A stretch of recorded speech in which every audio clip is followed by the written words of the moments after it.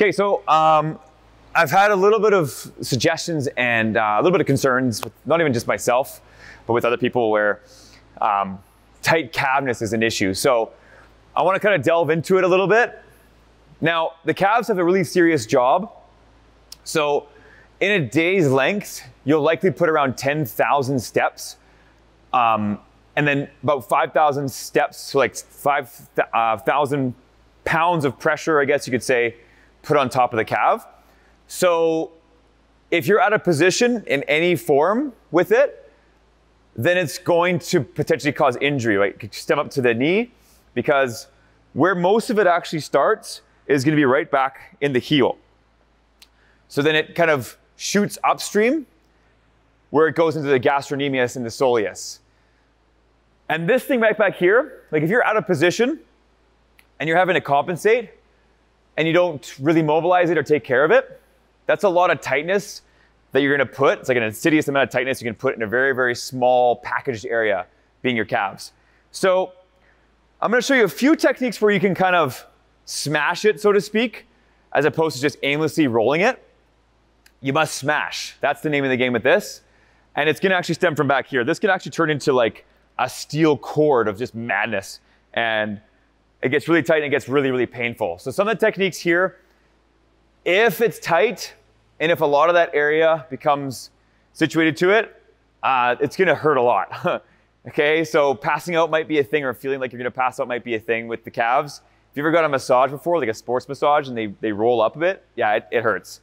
One thing to note too about this, so if you have positioning and you walk with your feet kind of going out like this, because you have to compensate for the calves being tight. So what that'll happen is it'll cause pain in the hips and then even in the knees. So if you have knee pain, it could be ankle mobility. So it's also just like if you put your hands out, you're doing like say a push-up and your hands kind of externally tilt outside, away from the body. That might cause a little bit of pressure here in the actual shoulders themselves.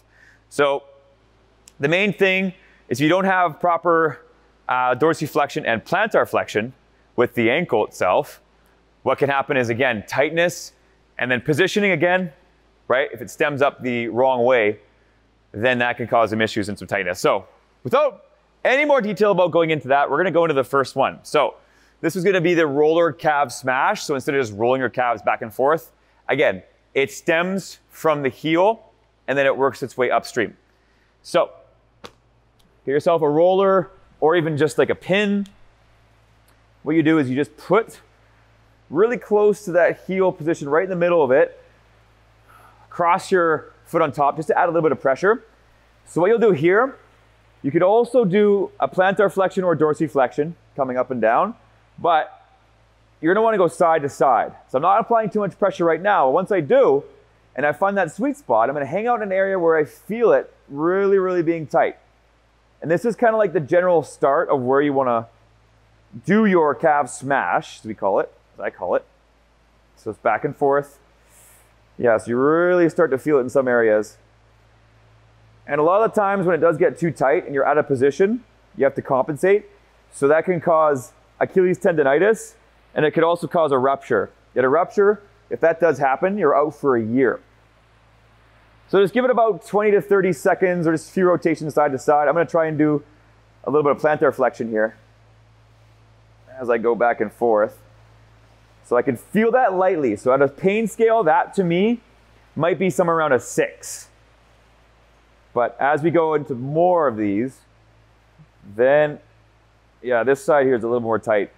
See, I rolled my ankle, I would say about a year-ish and a half ago.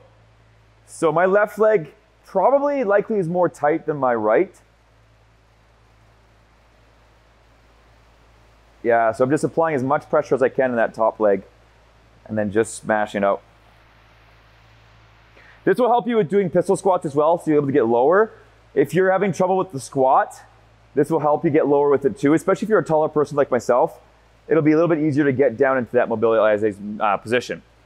Okay, so now I'm gonna get my trusty friend Rob out, and he's gonna smash it. He's gonna be my super friend for the next series of it. Okay, so Rob's actually gonna push down on my lower part of my shin. Yeah, so I can feel that right away. So my job here is to go side to side. So that's kind of like a level 2 for this exercise. He's my super friend. Right now he's not so super for me because this, you really feel this. If they're tight and they've been ignored for a little bit, yeah, that's going to be a little bit of tightness and a little bit of pain. Might induce some passing out or vomiting. But really make sure it does stem from that lower heel kind of Achilles area. So I'm going to do one more roll on this side. Again, this is mostly to show you guys how it looks. We're going to switch it up now. Thanks, buddy. You're up next? Nope. All right. So yeah, find that sweet spot and just hang out there because that's probably where the problem area is. That's probably where the tightness is stemming from. And it's all powered through the gastrocnemius. It's a big, big muscle that controls a lot of the foot movement. Good. I'm gonna do one more side to side, and then we're gonna move on to the next level where I sadly won't need Rob anymore. Ooh. All right, Rob, thanks for that. Oh. What are friends for, right? All right, so next,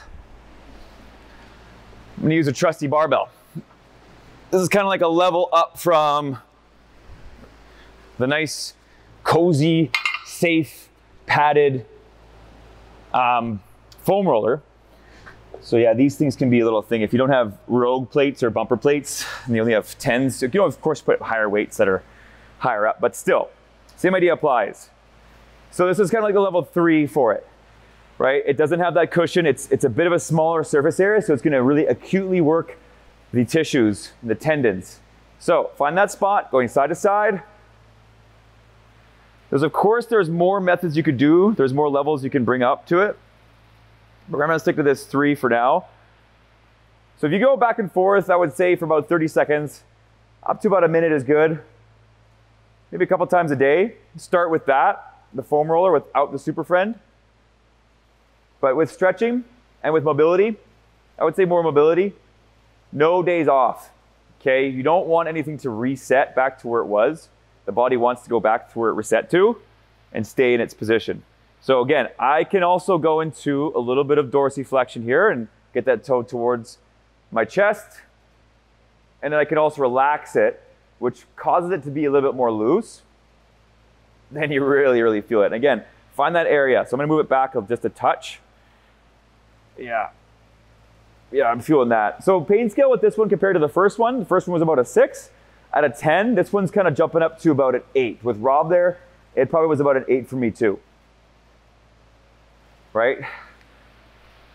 So I don't know if this, so you'd call it a release, but I would just call it maybe a loosening and mobility. And then just transferring a little bit of that tightness away from the ankle.